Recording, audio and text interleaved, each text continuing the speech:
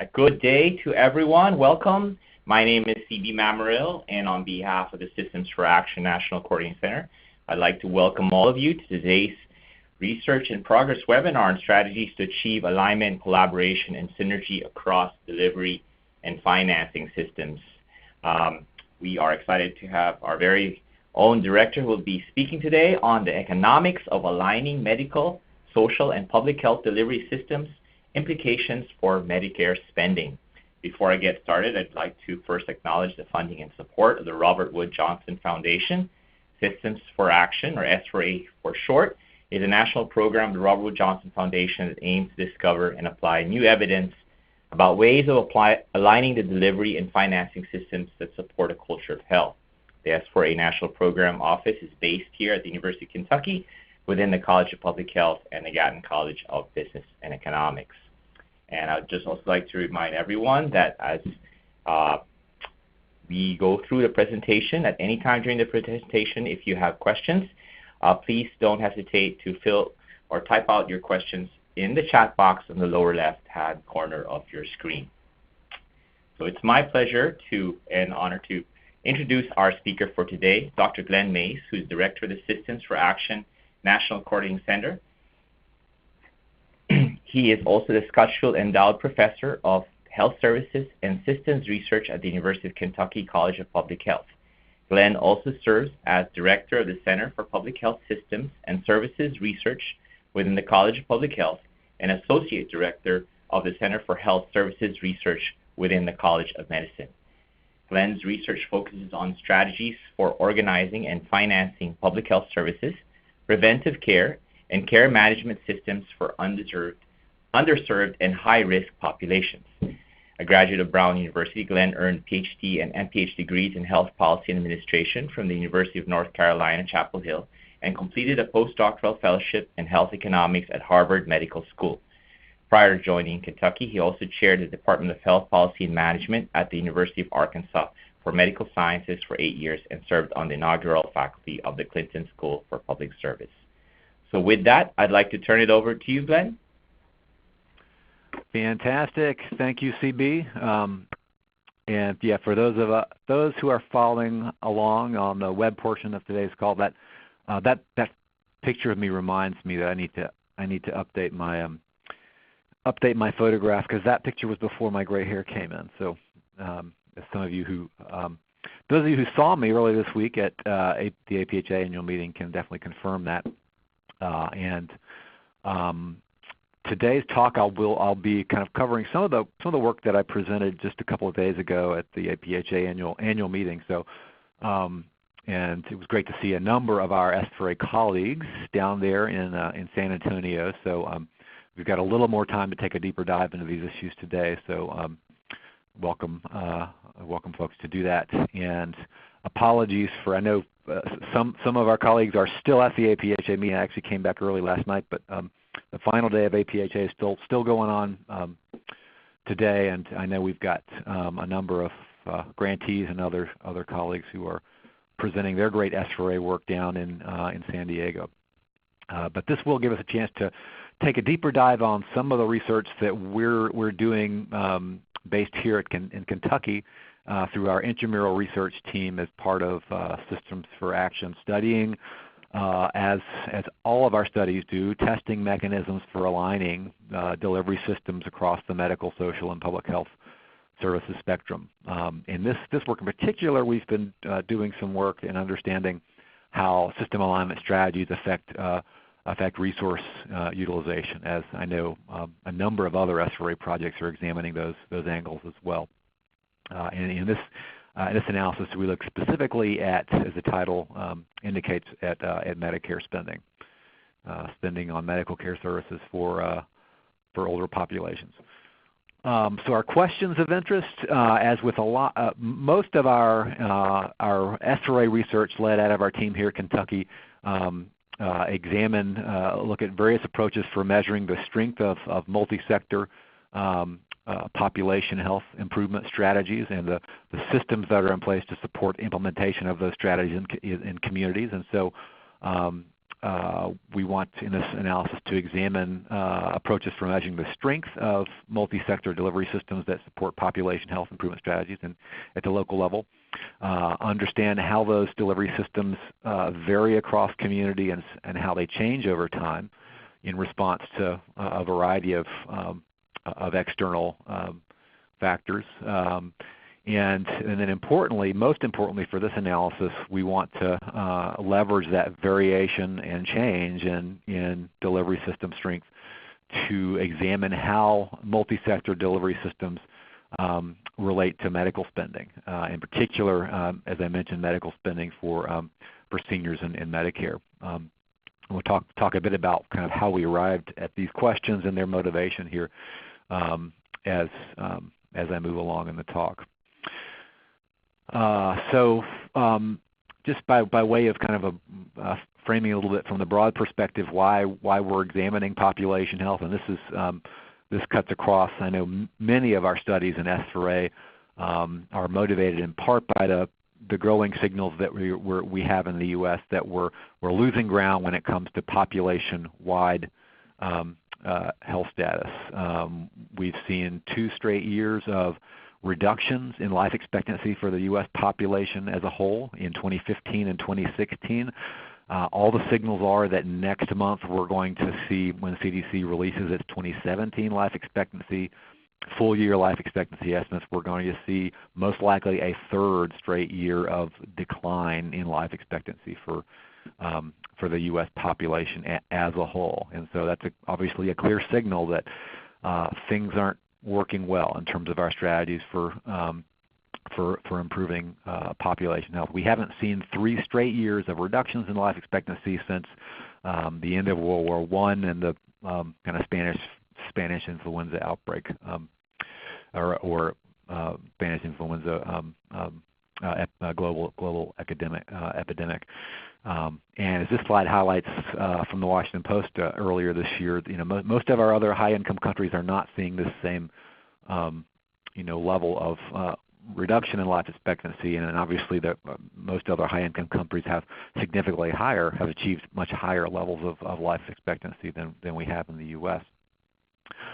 And I also like to use as another kind of framing device to remind folks of the great work that Roz Chetty and his team at Stanford has done to help us better understand the socioeconomic drivers of population health, which are well known and well documented. This income and health status relationship that exists at the population level in the U.S. and as well as many other high-income countries. But again, what Chetty's work has shown us, and this is work he published now a couple of years ago in JAMA, is that relationship between income and health actually varies pretty widely as you look across different communities in the U.S. And we know that low-income populations experience a heavier burden of health inequities. But as this slide highlights for us, low-income populations have much healthier lives in some communities compared to others. And so what explains this just geographic variation in the relationship between socioeconomic status and population health? We're curious as to whether some of these differences relate to the delivery systems that support health and social services that in these different communities, the services that can actually address social determinants of health. And we're interested in learning whether strategies that can be implemented to better align medical, social, and public health service delivery systems at the local level, whether some of those alignment strategies can actually be useful, be effective in helping to improve population health, particularly for population groups that down at the lower part of the SES continuum.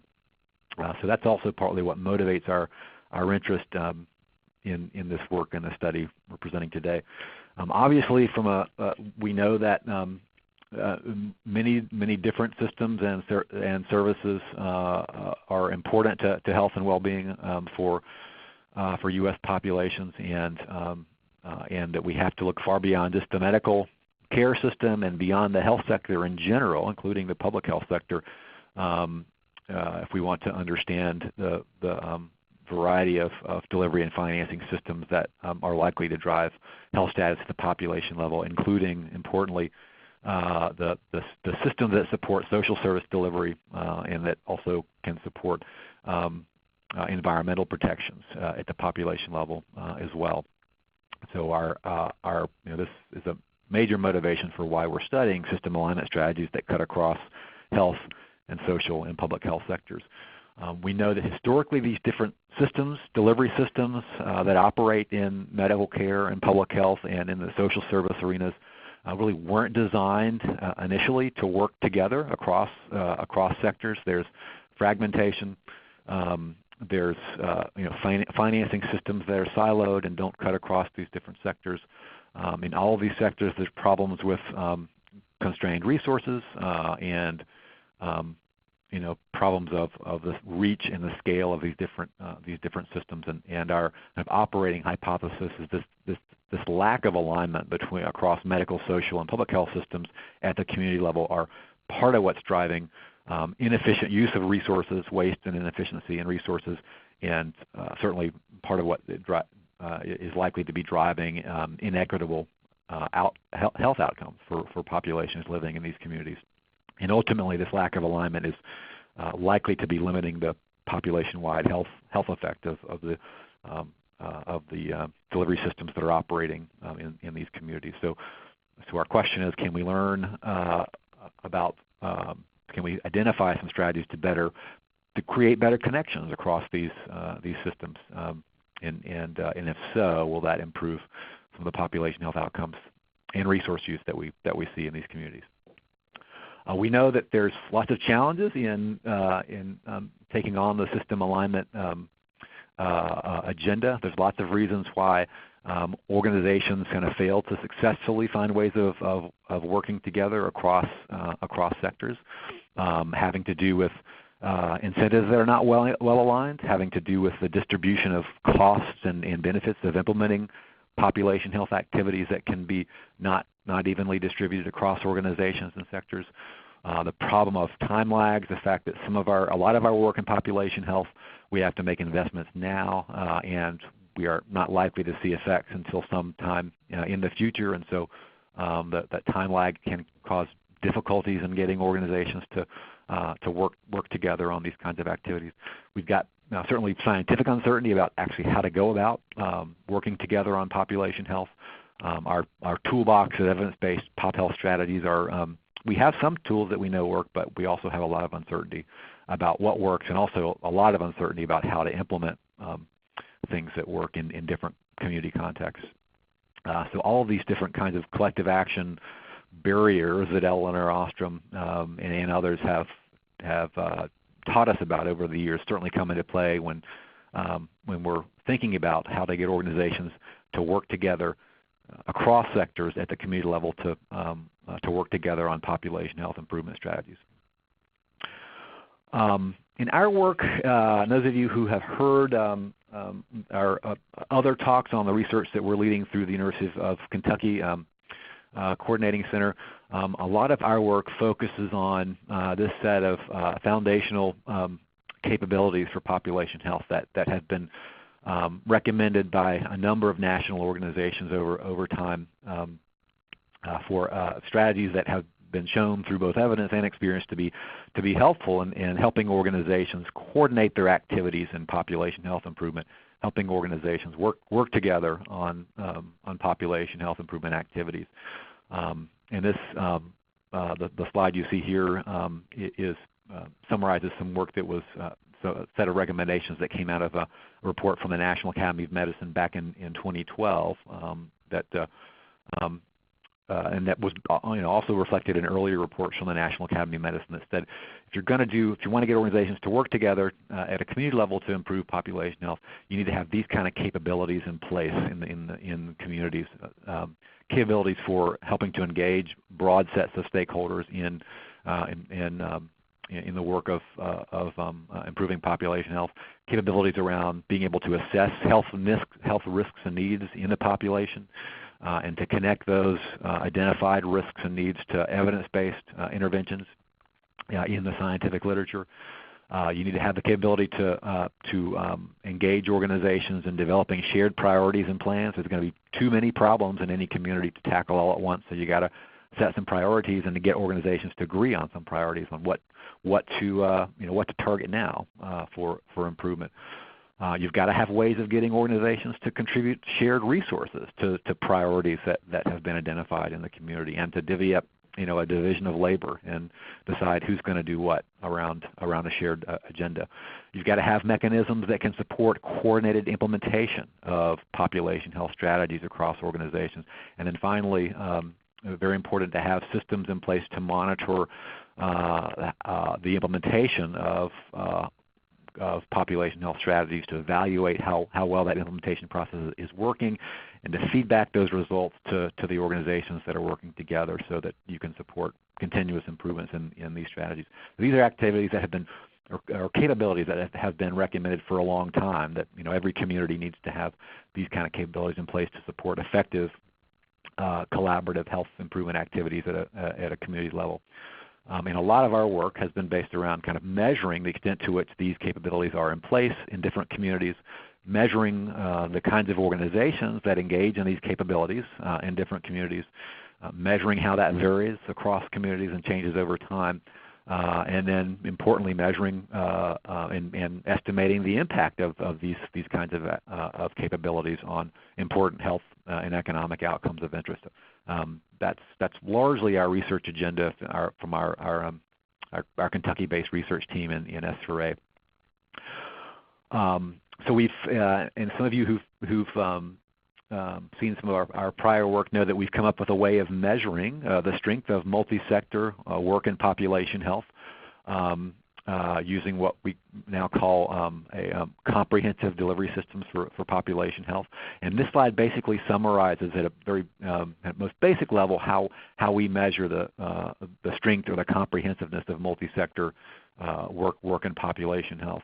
We look at, on the x-axis, the proportion of nationally recommended population health activities that are actually implemented in these communities based on that framework I just mentioned earlier, recommendations from the National Academy of Medicine and other bodies. And so the more of these recommended activities you implement, obviously the stronger a delivery system you've built for population health. But on the y-axis, we also have a second very important construct, which is the extent to which you're engaging a large number of diverse organizations in implementing those activities. So the density of contributing organizations in the health and public health and social sectors. And so you reach our definition of having a comprehensive multi-sector delivery system for population health if you do both of those things, implement a large scope of activity of these nationally recommended activities, and you do so by engaging a broad and diverse networks of contributing organizations to those activities. That's kind of fundamentally our kind of measure of the strength of multi-sector work in population health. And we've done some work earlier and published some work earlier to estimate the health effects that may be attributable to communities building those kind of strong comprehensive multi-sector delivery systems for population health. This slide shows you work we published now a couple of years ago in Health Affairs, where we used looking at communities over about a 16-year period, looking at communities that moved over time to meeting our definition of having a comprehensive delivery system for population health.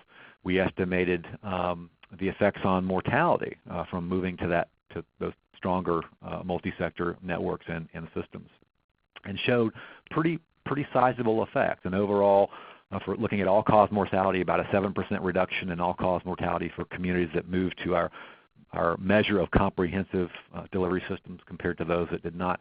And even larger effects when we look at deaths from potentially preventable causes like heart disease, diabetes, cancer, and influenza, suggesting that there are potentially large and meaningful and measurable health effects that accrue to communities that build these strong multi-sector delivery systems that help organizations work together on implementing population health activities. And this finding is actually what led us to the current analysis I'll be talking about today, where we look at resource use. So if multi-sector systems are actually helping to improve health status, reducing potentially preventable deaths from potentially preventable causes, we might also expect to see some effect of these systems on resource use in the communities, and particularly medical care resource use. And in particular, we might expect to see those effects, some of the strongest effects perhaps in older populations where these potentially preventable conditions and health conditions kind of accumulate due to age. And so that's our reason for pursuing the current study looking at Medicare spending as an outcome now and how it relates to the strength of multi-sector networks and population health. So how do we measure the strength of multi-sector population health work? We use the National Longitudinal Survey of Public Health Systems, which again, a lot of our work and our Kentucky team leverage this data. This is a survey tracks a longitudinal cohort of over 300 communities. Most of these are metropolitan urban communities that have at least 100,000 residents in them. We started the survey way back in 1998, so 20 years ago, initially with funding from the Centers for Disease Control and Prevention. Initially this was designed as a surveillance system to track progress toward Healthy People 2000 goals. We've been able to maintain this survey over time, resurvey these same communities to collect similar data, and over the last 6 to 8 years with RWJF support, we've been fielding this survey on a two-year cycle. And as this slide shows, we survey local public health officials in each of these communities. They are our respondent, our respondent who tells us, who's able to tell us about the extent to which different kinds of population health activities are implemented in these communities. They report on a set of 20 activities that link back to those National Academy of Medicine recommended capabilities for population health. They report not only on the scope of those activities, which ones of those 20 activities are implemented in the community, but they also tell us about the range of organizations that contribute to implementing those activities. Public and private sector, medical care, public health, social service organizations, nonprofits, faith-based, education. We ask about a range of different organizations. And that allows us to characterize the network of organizations that are supporting those activities. And our measure of comprehensive delivery systems for populations come directly out of this survey. We use some principles from network analysis to implement our measure of the strength of multi-sector population health systems. And one way of thinking about the network analytic approach is kind of described in this slide. So we measure, again, for each community, which of these 20 nationally recommended activities are implemented in the community at the time of our survey. And then we also measure the range of organizations that are reported to contribute to each of these activities. So we kind of have an activity by organization matrix, or a two-mode network in the language of network analysis. And then we take that two-mode network and transform it into a traditional one-mode network by looking at, for each pair of organizations, the rows here, how many of these 20 activities the pair of organizations jointly contribute to or kind of work together on in providing. And so that measure of the number of activities jointly contributed by each pair of organizations gives us a measure of the tie strength, the strength of the tie connecting that pair of organizations. And so that then gives us a traditional single mode network that we can then use to characterize both the scope of activity that's supported by the network and the density of collaborating organizations that are working together on those activities. And our measure of network strength or delivery system strength comes directly out of that approach. Some of you may have seen the network analytic diagrams we can generate from this surveillance system. We can generate a network diagram like this for every community in our sample at each time point of the survey, allowing us to visualize the role that organization or each sector plays in supporting these population health activities, and also visualized by the width of the lines connecting these different organizations and sectors, how closely tied together those organizations are in terms of jointly producing these recommended population health activities. And again, that's exactly where our measure of network strength comes from. We've done prior work to come up with a classification system for classifying communities based on the strength of the network or strength of the delivery system that exists supporting these recommended population health activities. And our prior work has shown that we can sort communities into one of 7 different archetypes based on the scope of activity supported, the density of collaborating organizations, and also the extent to which there's a central organization playing kind of a coordination function within that network. The first 3 of these clusters of systems are the systems that we label as comprehensive delivery systems because they support a broad or high scope of activity, and they do so through generally a dense networks of collaborating organizations. And so that's where our measure of comprehensive population health systems comes from. We link our survey data with lots of other data sources secondary data sources that tell us about health resources in the communities, that tell us about the characteristics of the public health agencies operating in these communities. And importantly for this analysis, we use estimates from Medicare claims data as aggregated and adjusted by the Dartmouth Atlas team at Dartmouth University to link in measures of area level Medicare spending per Medicare recipient in these same communities over basically the same time periods that we've been collecting our survey data on the strength of these networks. So that now allows us to look at to track how networks change over time in terms of their composition and density, and how that relates to changes in Medicare spending per person in these same communities. And we use Dartmouth's age, gender, and price-adjusted estimates of Medicare spending per person. So we've already washed out the effects of general effects of demographics as well as pricing in these data. A little bit more about our analytic methods for some of the methodologists that may be with us. Again, once we factor in kind of response rates in our different years of fielding survey, we basically have a cohort of about 300 communities that we're following.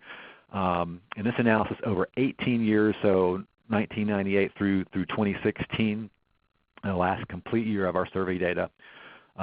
We look at use our measure of comprehensive delivery system status and look at how that changes across these communities over time.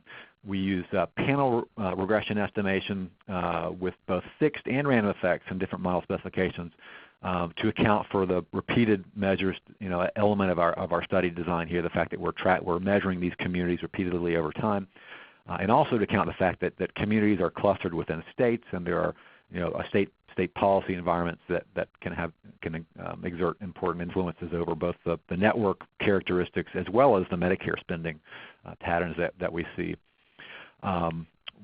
Even despite the fact we've done a lot of data linkages to bring in a rich set of covariates, control characteristics that we can bring into the analysis, we still know that there's probably likely to be a lot of unmeasured characteristics of communities and their environments that may lead analyses such as the one that we're undertaking may lead us to get bias estimates of how multi-sector system characteristics affect Medicare spending. And so to try to get closer to a causal estimate of how network strength affects resource use, we also bring in an instrumental variables design approach to try to eliminate any bias that would be due to unmeasured factors that simultaneously affect the strength of the multi-sector system and also that affect Medicare spending in these communities. So we use a 2-stage IV estimation approach. The first equation you can see down there at the bottom where we model the likelihood that a system reaches our definition of being a comprehensive delivery system for population health, broad scope of activity, dense network of collaborating organizations, as a function of a variety of community and public health agency characteristics, including some characteristics of the local public health governance and decision-making structures that exist in those communities. And it's those governance characteristics that actually serve as the instruments in our analysis, as I'll mention in a bit. So that's the first stage of our analytic strategy. And secondly, we estimate how Medicare spending changes in these communities as a function of whether or not a community is able to move to our definition of a comprehensive delivery system for population health, while also controlling for all the other observable characteristics of communities and the organizations and agencies that operate in those communities. So that's the overall analytic strategy. Just to talk a little bit more about the IV approach. For those of you who are familiar with and fans of IV estimation, this is one approach to try to generate plausibly causal estimates of the impact of an exposure and an outcome when we haven't used a randomized design. We're using an observational longitudinal design as we're using here. And the key is we need to find instruments that are predictive of our exposure variable of interest, in our case our measure of the strength of the multi-sector network supporting population health, our measure of comprehensive population health delivery systems. So we need to find variables that are predictive of that strength but that are plausibly uncorrelated with our ultimate outcome of interest, which in this analysis is Medicare spending per person. If we can find variables that function as that purpose, predictive of network strength but uncorrelated with Medicare spending, except through the causal pathway of how networks affect that spending, then what we can do is wash away we implicitly control for any other unmeasured factors that might otherwise confound this relationship between network strength and Medicare spending. So it works really well if you can find instruments that function, that have those properties. And we think we found those instruments. We've used instruments in similar analyses, and we used the approach in the Health Affairs article I mentioned we published 2 years ago that looked at mortality effects. Use the same instruments, and these are measures of kind of local governance, public health governance, and decision-making structures. In particular, whether the community has the kind of legal authority to adopt public health policies at the local level and implement those policies through a board of health structure, and also whether the community is able to allocate, to raise its own resources through local tax levies to support public health strategies and to make resource allocation decisions at that local level. So these are measures of whether there are decentralized policy decision making and fiscal instruments that exist at the local level. And I'll show you what those instruments, how they perform in the models here in just a minute. But first, just to summarize kind of our primary measure of multi-sector network strength, our measure of comprehensive delivery systems, how that changes over time. Over this 18-year period, we do see some pretty steady upward momentum, upward movement in terms of the percent of U.S. communities in our sample that meet this definition of having a comprehensive multi-sector delivery system for population health. That goes from about 24% back in '98 up to about 42% of the metropolitan communities in our sample over time. There was a bit of some backsliding during the period of the Great Recession and its aftermath, but by 2016 it looks like we've kind of fully recovered from those losses during the recession, and are at a kind of a new high point in terms of the prevalence of comprehensive systems in urban U.S. communities. We did expand the sample back in 2014 to do a better job of characterizing rural public health and population health systems, and that work, as this slide shows, we do see a significant difference in the prevalence of comprehensive delivery systems between rural and urban communities. But again, this analysis, we're just using the urban or metropolitan communities in our analysis where we have data for over a longer panel of time. just to show you a little bit more about how the structures of these multi-sector networks vary across the country. And this slide actually shows you several different measures of network density and centrality, just to give you a better sense of how much variation we see. And this is just cross-sectional variation using just the last year of our survey in 2016. Looking just at the metric of network density, which basically measures the density of organizations and sectors that are contributing to these recommended population health activities. We can see that the lowest 10% of communities have a density of less than 5%. So less than 5% of the organizations that potentially could be working on these activities were actually reported to contribute to them, versus the highest 10% of communities, we see more than 25% of the organizations in those communities were reported to be contributing. So a 14-fold variation in network density between the 10th percentile and the 90th percentile on that metric. We see similar variation in our measure of network centrality, meaning the extent to which there are kind of organizations in the community playing a centralized coordinating function for these population health activities, about almost a threefold variation between the 10th percentile and the 90th percentile on that measure.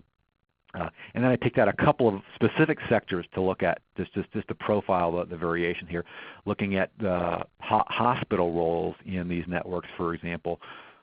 There's almost an eightfold level of difference between the 10th percentile and the 90th percentile in our sample on that measure. At the 90th percentile, you can see hospitals contributing to almost 40% of the population health activities measured in our in this survey. So we're able, and even more variation for looking at employers in our measure as well, almost a 30-fold difference between the 10th and the 9th percentile in terms of employer centrality in these networks. So there's a lot of variation in how these networks are structured in both what they do and in what the range of organizations they engage, and that's partly that variation is what we capitalize on for this analysis. So let me get to the punchline in terms of how the results from our models. This slide results shows you results from the first stage of our two-stage instrumental variables analysis, where in particular I just wanted to show you some more detail on the instruments and how well they perform in predicting the likelihood that a community over time meets our definition of having a comprehensive multi-sector delivery system for population health. And the bottom four variables on this table show you our key instruments that we're using here. Whether or not a local board of health exists in the community that has policy-making authority, whether or not the local public health agency operates as a centralized versus a decentralized unit of the state public health agency, another measure of centralized versus decentralized decision-making in public health. Third, whether the local agency or its local public health agency or its board of health has local control over its health budget as opposed to control by other entities. And then finally, whether or not the local agency or its board of health has the authority to levy a dedicated tax or fee to generate resources for supporting health activities in the community. These are our four measures of centralized versus decentralized policy and fiscal decision making. And as you can see here, these variables are all strongly predictive of the likelihood that a community develops a comprehensive delivery system for population health. Strongly predictive of that, and you can see compared to other factors like the size of the community and the poverty rate, these IVs are among the strongest predictors in our models of what makes it more likely for communities to reach that stage of having a comprehensive multi-sector network supporting population health activities.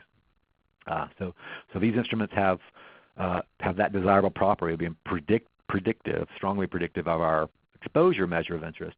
We also use our kind of traditional specification tests to make sure that the instruments also are not directly correlated with our outcome of interest in the study, and that again is Medicare spending per person. And so these instruments all pass the exclusion restriction tests that say that we don't see evidence that these four variables are strongly predictive of our Medicare spending in these communities, which is a good thing. That reinforces our assumption that these instruments they're influential on the network, but they don't have a direct effect on Medicare resource use, except potentially through a causal pathway connecting network strength to Medicare spending. And so the results from the second stage of our analysis, and where we estimate the effect of network structure on Medicare spending per person, and we use two different models, and I've shown you the estimate of the effect of communities that meet our definition of comprehensive population health systems on Medicare spending. The first column there shows you results from our fixed effects model, which does not use the instrumental variables approach, but simply includes fixed effects for communities to estimate this relationship between network strength and Medicare spending. We see that communities over time that move to a comprehensive system, they see about a 2% lower levels of Medicare spending over the 16-year period compared to communities that do not meet the definition of comprehensive systems. When we move to estimating that relationship using the two-stage instrumental variables estimation, the effect size here, that relationship between network strength and Medicare spending, is much larger. It's about 4 times as large. We estimate that communities that are comprehensive, have comprehensive multi-sector systems, see about an 8% lower level of Medicare spending per person compared to those that are communities that are not comprehensive, after adjusting for the other factors in our model, and including adjusting for potentially unobserved confounders using the IV strategy. So these are large, quite large effects if we think about Medicare spending over this period of time, suggesting that network structure, it is potentially related to resource use, and places communities with stronger multi-sector relationships, stronger networks of organizations working together on population health activities. Those communities, there are benefits, economic benefits that those communities realize in terms of lower levels of Medicare resource use for the Medicare population. So that's the kind of the big punchline from this analysis, the major takeaway here. So preliminary conclusions from at this stage, and again, this is recent work, not yet published, just kind of presented for the first time this fall at the APHA meeting.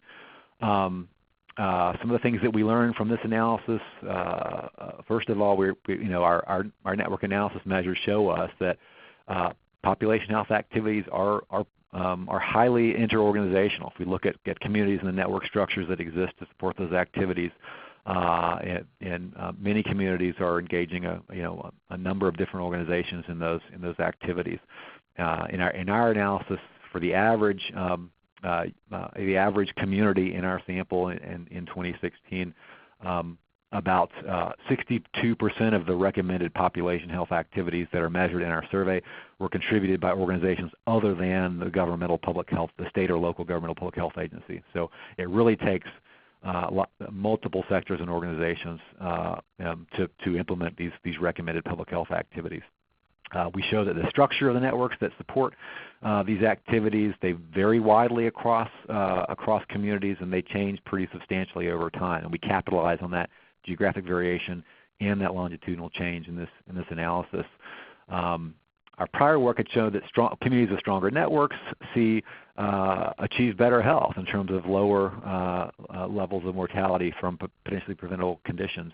And this analysis uses that same framework to show that stronger networks achieve lower Medicare resource use in these communities in a way that's potentially not just correlational, but potentially attributable to causally to the structure of the network. At least if you believe our our instrumental variables approach and how we've identified that relationship.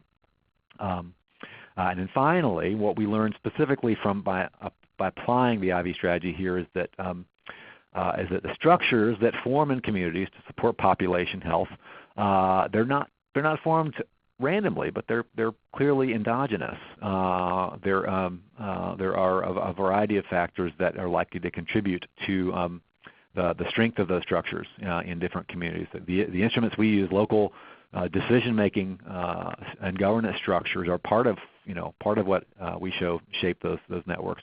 But analytically, our analysis shows if you fail to account for that endogenous network formation and structure, in this analysis, we would be underestimating the relationship between network strength and Medicare spending in this case. So our work also just reinforces the need to understand that these networks are endogenously formed. They develop over time endogenously, and so if we want to understand their impact, we need to use methods that can account for that endogeneity.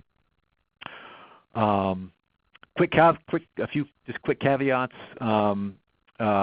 We do certainly likely have to confront issues of measurement error in this study, as with all the work we do using this particular data source. We've got a single respondent in each community that is telling us about the networks and the activities being implemented. There's obviously limitations on that using that single respondent approach. Our measures of population health activities are relatively low resolution. We're not measuring how these activities get implemented or even the intensity or the quality of these activities. So we've got relatively low resolution measures of population health activities. And our ability to look at specific organizations in these communities is pretty limited as well, where this analysis is really being carried out at the sector level. We're looking at different sectors, hospitals, employers, health insurers, schools, and others, and their contributions at that level. And certainly we need more granular studies as well to understand this work. We are wrapping up the data collection for the 2018 wave of this survey, so we'll be able to update some of this work quite shortly, and to carry out additional analyses using that updated data. And these are some of the directions we're going, some of our future work is going, including we've got work underway to take a more careful look at the rural-urban differences in these dynamics, some work to look at to produce some more granular state-specific estimates in a handful of states around the U.S., and to look at the impact of statewide initiatives on these networks and their outcomes, as well as we've got analytic work underway to do a better job of understanding the heterogeneity and kind of how communities evolve over time, how these networks evolve over time, and what shapes those directions. So with that, I want to make sure we've got some time for questions and discussions. So I'm going to stop and see if CB wants to moderate some questions. Sure. Thank you, Dr. Mace. And I think we have a few minutes for a couple of questions. We'll start off from Philip. I think he's referring to that slide about the predictors of comprehensive systems, those first stage probit results. He was asking, does New York City has this power? I guess it's the policy-making powers of the Board of Health in New York City. I'm not sure. Yeah, exactly. That's a great example. Certainly New York is one of the classic examples of a local public health agency and a local public health board of health that's got pretty strong policy-making powers. I think that's how you got became one of the first states, first communities to have strong tobacco control legislation, and as well as legislations around the trans fat work. Those were policies adopted by the Board of Health. So that's an excellent example of decentralized policymaking authority that exists in New York, and as well as other places around, but certainly not everywhere. Ruth has a question. With the increased focus of addressing social behavioral determinants of health within health systems, how can the results of your research help communities to plan toward improvement of network capacity and collaboration? That is a great question, and that is certainly we have efforts underway to find new ways of using the data we're collecting to actually translate that data into action. What kind of lessons can we learn by tracking these networks over time that we can share back with the decision makers and stakeholders in communities about how to strengthen their networks over time. That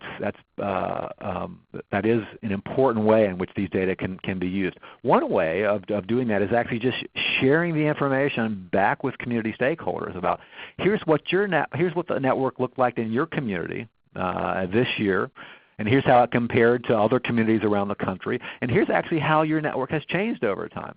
And we actually do that as part of the survey that we field, the National Institute Survey. The first thing we do before we ever start analyzing data is we produce a customized comparative feedback report that goes back to our respondents in each of these communities, showing them how their network is structured, how it compares to other communities using some peer groups and as well as national averages, and then how it's changed over time. And the goal is that kind of customized feedback and knowledge can help, and comparative information can help community stakeholders identify where they have strengths, network strengths, where they may have weaknesses in terms of what kind of organizations may not be actively engaged in certain activities in their communities. And those can be targets for kind of strategy development and planning and relationship development, quite frankly. So those are some of the ways I think in which these data can be useful. We're always interested in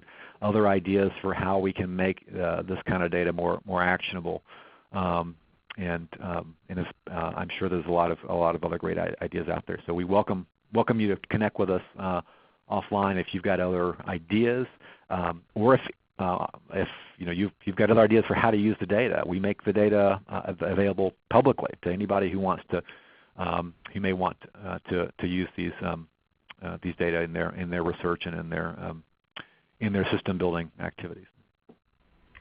So we've got a question from JP. Most to all of your IVs seem like they cluster at the state level. We know that urbanicity isn't distributed randomly by state. Can you talk more about how you handle that issue in your approach? Yeah, so there is definitely clustering at the state level, and as you know, our IVs are predominantly, I mean, these are policy authorities that exist, and so there's not dramatic shifts over time in these IVs. They're fairly stable. They do change over time, but pretty slowly, and so that's another limitation. That's partly why when we move to the IV estimation strategy, we move to a random effects model. We're no longer able to include fixed effects there because there's not enough longitudinal change in these IVs to include the IVs along with the fixed effects estimation. So we have to move to random effects. We're not concerned about that particular move because if the IVs are working well, and they appear to be working well, they're going to control for the unobservables that the fixed effects previously were controlling for. But we do certainly adjust the standard errors in all of our models for clustering at the state level, and so that's analytically one way we have to do that, and we also control we direct measures of both population size as well as density in the models to try to also directly control for changes in urbanicity as well. So those are great questions, and we've done the best we can with kind of trying to use the analytic advantages of those particular instruments. And we have one more question, and I'd just like to remind everyone, if you couldn't get in your question today, you feel free to reach out to us here at S4A. And this question is from Tessa. Were any node-level analysis of networks conducted, thinking about how to identify which sectors or organizations are influences or conveners of cross-sector collaboration? Great question. I didn't obviously present any node-level analyses in this talk, in this particular analysis, but we do have other analyses that absolutely are trying to understand these networks at the node level, and I've got a number of other members of our team that are pursuing those kind of analyses, including Rachel Hogg, who is Rachel Graham Hogg, who is key member of our team, and she's presented earlier in the year on some of her work looking specifically at hospital roles in these networks, and as well as John Poe, another member of our team, who's I think also presented recently in this group that's looking at node-level analyses in order to support kind of studies of looking at rural-urban differences in the networks. So certainly these data can be analyzed on a more granular level, looking at the nodes, which in our case are measures of different types of organizations, different sectors, and their contributions to these activities. So that's an excellent way, I agree, it's an excellent way of using these data to get more insight into the network structure and dynamics. Well, thank you so much again, Dr. Mace, for your presentation. And we do want to invite everyone to take a look. If you are interested in getting a copy of this presentation, this will be available for download in our archive here at the Systems for Action website. And we do also want to invite you to take a look and join us for our upcoming webinars too as well. And with that, on behalf of Systems for Action, we'd want to thank everyone for joining us here today. And since next week will be Thanksgiving holidays, we also want to wish everyone in advance a happy Thanksgiving holidays. Again, thank you for joining us, and have a great day. Thank you.